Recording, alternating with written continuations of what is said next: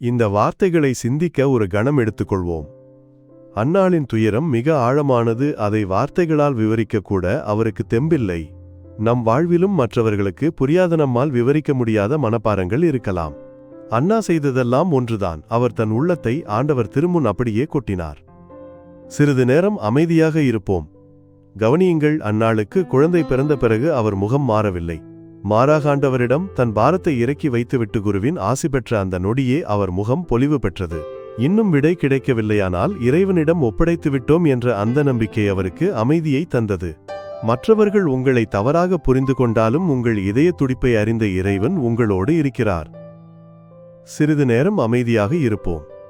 இன்று உங்கள் இதயத்தில் புதைந்துள்ள ஏதோ ஒரு பாரத்தை ஆண்டவரின் பாதத்தில் மௌனமாகச் சமர்ப்பியுங்கள்.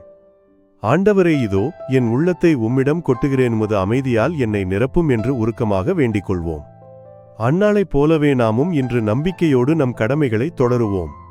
ஆண்டவர் நம்மை நிச்சயம் நினைவுகூர்வார். இந்த ஜெபம் உங்களை தொட்டிருந்தால் தினமும் எங்களுடன் ஜெபிக்க சப்ஸ்கிரைப் செய்யுங்கள். கடவுள் உங்களை ஆசீர்வதிப்பாராக.